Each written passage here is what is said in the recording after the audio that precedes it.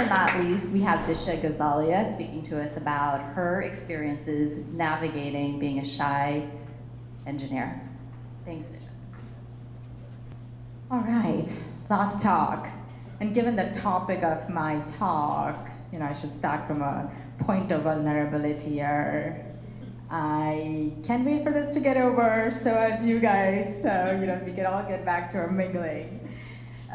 So I run customer support and operations here at Comcast.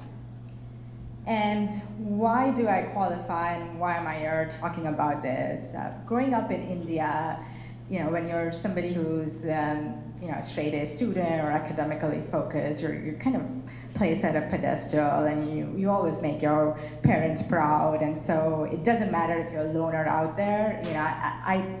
I never realized that I was a shy loner kid. So imagine my surprise when after I completed my software engineering degree, computer science, and went for my first job as a software engineer, in my first half-yearly performance review, when your boss goes through all the great 10 things you did, but that one area of development that you always think about, he actually asked me, so are you an introvert? I never see you, walking around the desks of your colleagues or chatting up with them, and you actually don't even talk much in team meetings. And I'm like, am I supposed to talk much in team meetings? Well, I'm new. Should I not be listening more? But that was honestly the first time I realized that my personality did have a part to play, in my career. And fast forward several years, now as I parent to, really sensitive kids who, are often called shy and quiet. I grapple with this thought on a daily basis, like how do I raise confident young adults who can accept themselves as what they are, but at the same time also has this growth mindset.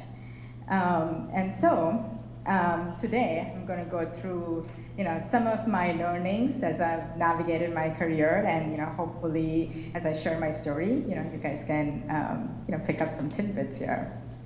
So one of my first experiences when I became a new manager, I attended a new manager leadership training, and the instructor actually asked me, and actually the class, to write down your word cloud. What it meant was, what are the qualities that you look in a leader that you want to yourself emulate. And when I wrote that down, how this helped me is I kind of became sure of what I wanted to be, where I want to go. And so I stopped actually feeling bad about traits when I saw in other people that I didn't actually have. And so I think this helped me because the first step for me was to understand what I wanted to be, and then everything else became easier. I just had to go get it, right? So as Gandhi says, you need to be the change you want to be, but then you need to understand what that change is. Actually, before I talk about personality inventory, I'll share this story. There was another incident that was a big learning point for me. I was in a really big meeting with my colleagues, my boss was there, and my boss's boss was there, and we were discussing this solution in an implementation solution. It was a complex solution, and the person presenting the solution kept going on, and I didn't necessarily agree with that idea, but being who I was, I decided not to really, call her out in front of everybody, and decided to kind of go, one-on-one later and talk to her about, why I thought this was not a good idea. But when I did that, she actually accused me of being indecisive. She said, "Why did you agree with me in the first place?" And I was really taken aback. I'm like, really? Did I even agree with you? It actually gave me a couple of sleepless nights. And at that point, what I didn't realize, which I realized a little later, was that, it wasn't that she was accusing me, it was that my lack of speaking up or lack of objection in that meeting was actually taken as, agreement by her. And it was only because, we have had different ways of processing information. So fast forward in the same manager training, they made me take this, Myers-Briggs personality test, or there's the Myers-Briggs, the Enneagram, kind of the same type of personality test. And my original thought with these was, these kind of pigeonhole you into specific categories, and it's like, do I have to choose between being a compassionate person like Mother Teresa or being a leader like Martin Luther King? Why can't I be both, right? But being a good student that I was, I kind of went with the flow. And what I understood was this wasn't labeling me in a particular bracket, but it was really understanding, how I communicated and how can I become a better communicator with my coworkers and my teammates and kind of others in my circle of influence. But that's what it is, right? That's basically all this personality inventory is. So this, going back to that example, this person, the way she processed was she would talk and think while she's talking, while how I processed was I would think and then talk. Like I would have these long, awkward pauses, but she would keep going on and on. And what I realized and actually learned through this process was, I need to just find a pause and then ask clarifying questions, and that's kind of how I would better communicate with her. Now, to contrast that is the growth mindset. I read this really great statement that's made a big impact on me about this contrast theory, right? The growth mindset actually tells you that do you accept yourself the way you are, or do you actually try to be more than what you are, and constantly evolve and constantly grow? Bear with me for a minute. I want to actually give you guys an example that I read that again made a lot of sense to me, and this is about the metal industry and how do they rate the hardness of metals. They rate them from a scale of 1 to 10 from a hardness perspective. So like a diamond is a 10 and a tin is a 1. A copper is a 3.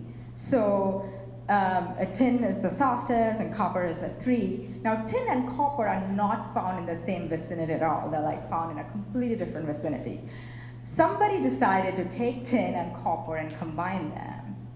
You would actually think that that would that would be an average, so its hardness would be a 2. But no, combining tin and copper gives you bronze, which is a 6. So this is what happens, and it's actually called the contrast theory that creates this unique magical combination. And that's how our personality traits are. I mean, you could be way over here as an introverted, shy person, or you could be way over here, an aggressive, type A sales guy. I work with sales guys a lot in this job, so I can pull on that a little bit. But if you combine, and while you're right here, try to get a little bit of this side, you can be unstoppable. So, you could be an engineer surrounded by a lot of shy engineers. Try to get, more communicator skills, public speaking skills, or even skills to make other people feel special, and you'll just be going places. This is what Sheryl Sandberg says in her book, Lean In. Always sit at the table, don't take side seats. And it was really important for somebody like me who had a very soft voice when I was in meetings, and if I wanted to say something, I would think, and by the time, sometimes the time's already gone to speak. But when you're in that center stage, people can actually see your body language that you want to say, and can actually give you a way in. So I started showing up in some important meetings where I would know there are a lot of people before time, so I could get the right seat. What this also did was, when somebody disagreed with you, they actually had to look in your eyes and do that. I hate conflict. I don't like that one bit. But when I think of some of the biggest innovative solutions or breakthroughs I've been part of, they've usually been through a lot of intense, even wrenching conflict. And I've learned to put myself in those situations, put your ideas out there, let it be beaten up, and you will learn something great through it. Beth Comstock, who's a leader I really admire, she's the ex-vice chair and CMO of GE, where I was previously before Quantcast, said this: conflict is the primary engine of creativity and innovation, and I've learned to accept that, and however hard that is, kind of let that in once in a while. One other principle I grew up with was, you do your karma and don't worry about the results. Other way of actually putting that is, you can actually outwork anybody else, you can out-prepare anybody else, and that's kind of what I try to do. I try to be double prepared and triple prepared when I know it's kind of my chance to do things that are uncomfortable. Also, when I used to get really flustered when I would be put in a position by someone or in a spot by someone where I had to give like quick responses or make decisions quickly. And what I learned through, and this is actually a mentor of mine who helped me through this and coached me through this, is it's okay to ask for more time. It's okay to say that I'm gonna need 24 hours. I need to sleep through this. I need to think through this, and there's no shame in doing that. Don't let anybody else put you on spot and make you give answers that you're not ready to give. Okay, so let's bring it all together. Find out what you want and just go for that. Always take a seat at the table, not the side seats.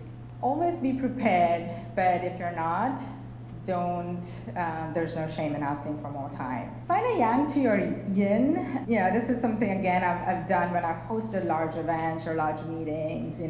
Find somebody who is, you can complement your quiet, thoughtful personality to, somebody's upbeat and funny and loud. It just makes things easier. I don't go to a social gathering where there are too many strangers, without my husband who's a talker, so there's like no awkward silent movements. Though he sometimes forgets when he's talking that I'm even around, but that's a different topic. Right. And lastly, I think if you remember that all human beings are really at the core alike. I mean, we all like to be respected, and we want to perform in our jobs and want to be heard and listened to. So I think when you remember that, I think everything else is just smaller. That's it. Thank you. Thank you so much, Disha. Appreciate you sharing your story. So right now is time for any Q&A from all of our speakers.